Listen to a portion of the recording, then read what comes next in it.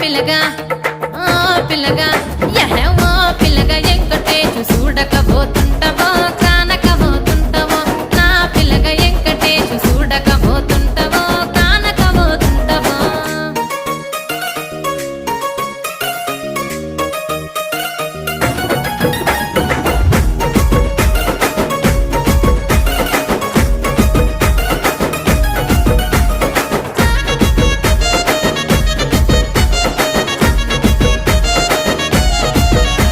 ఓయ్ కండ్లకు కాటుక వెడితే కన్యాకుమారి